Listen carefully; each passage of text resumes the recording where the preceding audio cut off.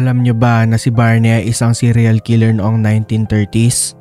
May sabi-sabi na inspired ang karakter ni Barney sa isang serial killer, rapist at murderer noong 1930s. Sinasabi sa teoryang ito na may isang lalaki daw ang nagko-costume bilang isang kulay purple na dinosaur na lagi namang pumupunta sa park. Ginagawa niya ito para akitin ang mga bata at kunin ang mga ito, at sinasabi din dito na lagi niyang pinipilit na pasahin ang mga bata. At kapag ang bata ay hindi niya nakitang masaya, ito ay kanyang nire-rape o pinapatay.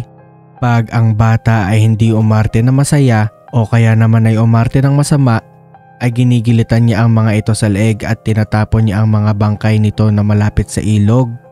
Paalala lamang na walang katotohanan ang teorya na ito at walang record noong 1930s na may lalaki na nagngangalang Barney ang nagsusuot ng costume ng isang dinosaur. Kayo ba, naniniwala ba kayo sa kwentong ito?